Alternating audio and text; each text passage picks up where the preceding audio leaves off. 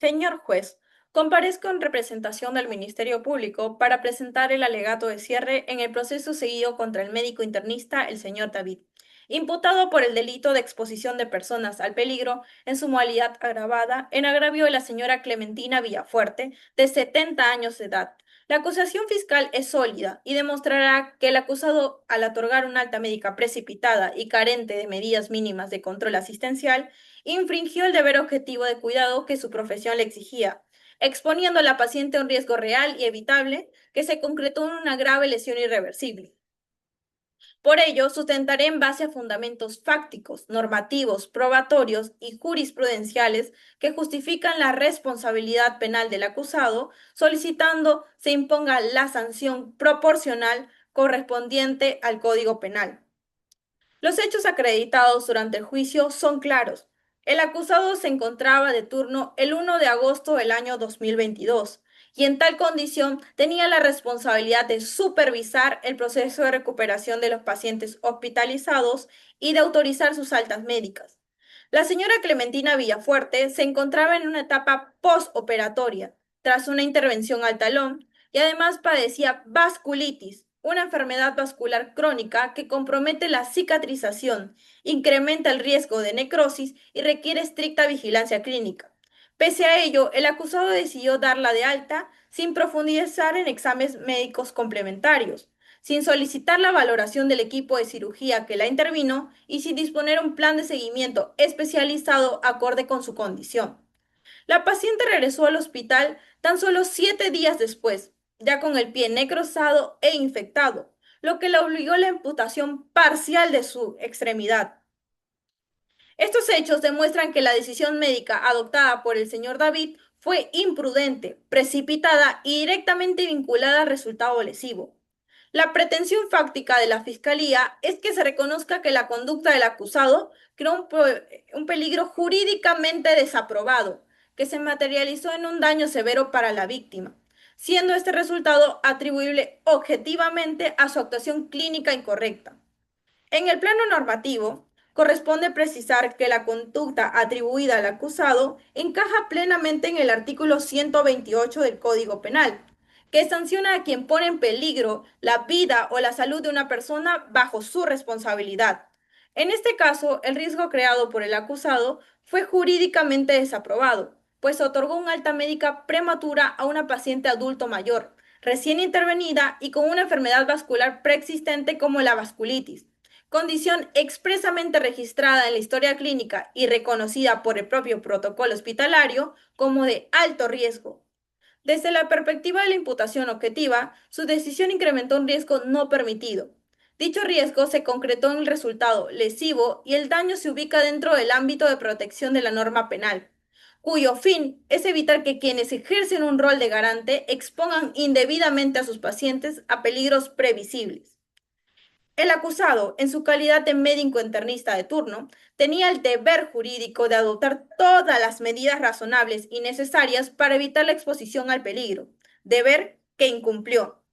Por ello, solicito que se declare que su actuación es típica, antijurídica y culpable, pues quebrantó la lex artis y vulneró la finalidad protectora de la norma penal aplicable.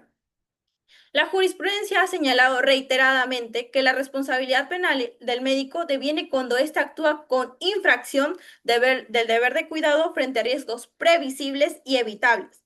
En la casación número 20 del año 2018, Cajamarca, la Corte Suprema precisó que la práctica médica exige actuar con diligencia reforzada frente a pacientes vulnerables y que la previsibilidad del daño es suficiente para la atribución penal. Del mismo modo, el Tribunal Constitucional ha sostenido que la responsabilidad del profesional de la salud se configura cuando, pese a contar con la información clínica necesaria, omite adoptar las medidas requeridas para evitar un resultado adverso. Tales criterios son plenamente aplicables al presente caso, ya que el estado clínico de la víctima exigía una decisión más cauta y responsable de la que el acusado adoptó. Existen precedentes en los cuales los tribunales han reconocido la responsabilidad penal de los médicos, que al otorgar altas médicas prematuras en pacientes con patologías graves, permitieron la concreción de riesgos previsibles, tales como infecciones o procesos necróticos no supervisados. Estos casos han delimitado claramente que el profesional garante de la salud del paciente y que en circunstancias de riesgo vascular como las de la señora Clementina, la vigilancia debe ser estricta y prolongada, no interrumpida de manera imprudente. El presente caso encaja de manera exacta en estos parámetros jurisprudenciales y refuerza la existencia de un pronunciamiento condenatorio. En cuanto a las pruebas, estas acreditan de manera clara la vinculación entre la conducta imprudente del acusado y el daño sufrido por la víctima. La historia clínica demuestra que la señora Clementina padecía vasculitis, un factor de riesgo reconocido y clínicamente relevante que exigía controles continuos. Sin embargo, el acusado dispuso de el alta sin exámenes complementarios ni coordinación con los cirujanos tratantes. El informe pericial médico-legal concluye que la infección que llevó a la amputación no fue súbita, sino progresiva, y que pudo ser detectada tempranamente si se hubiera mantenido la vigilancia posoperatoria debida. Asimismo, los protocolos institucionales señalan que pacientes con patologías vasculares deben permanecer en observación estricta. El acusado omitió dicho estándar.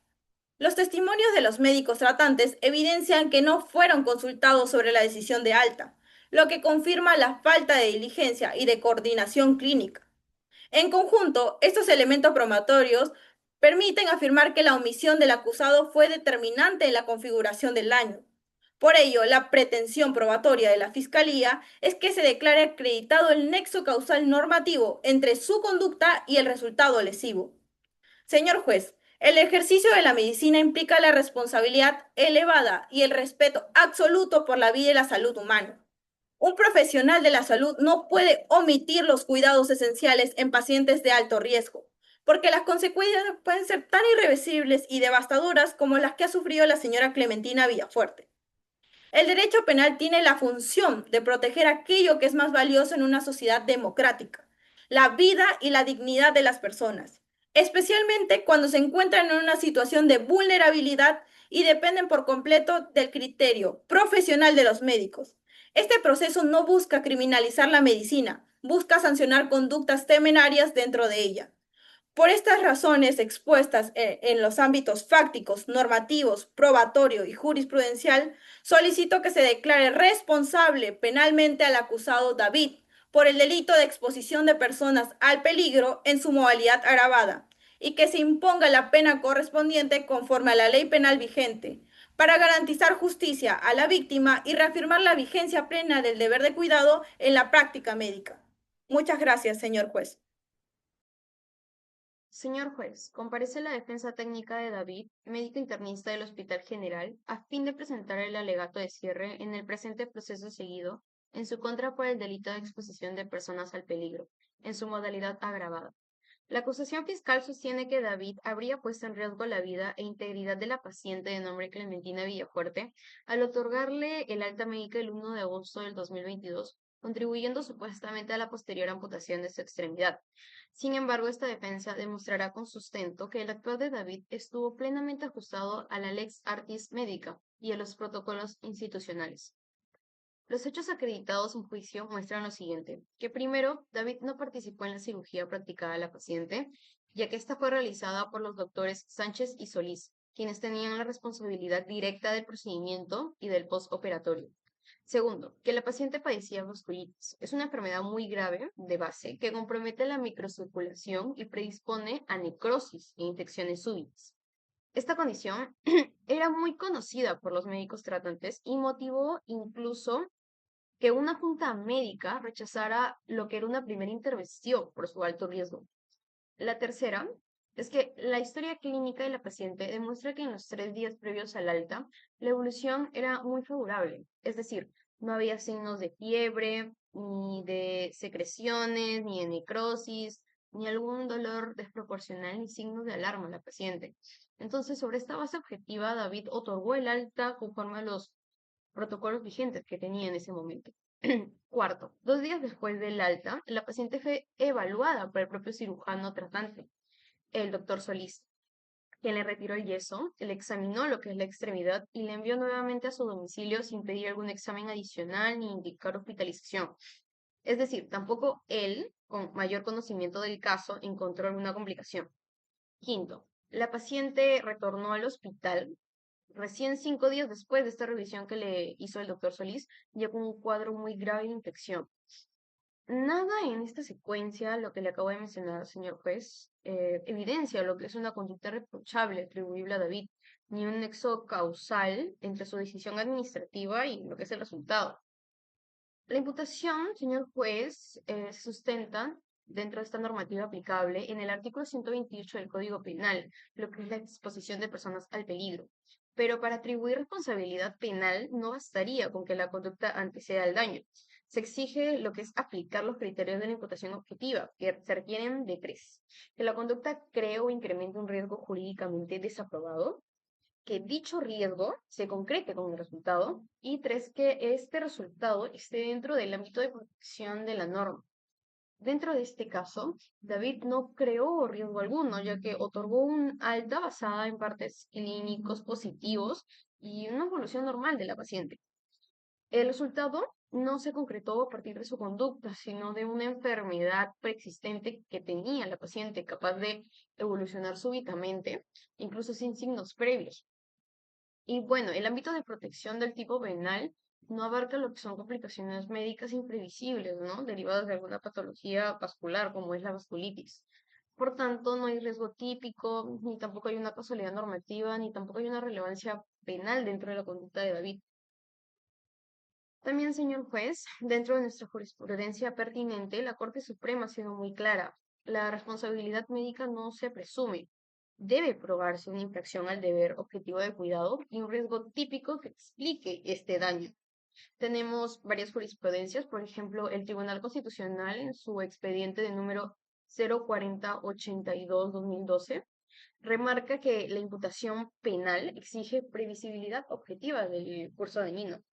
También la casación de número 15/2016 de Lambayeque señala que la existencia del daño no basta, sino que se requiere acreditar que el médico generó un riesgo desaprobado.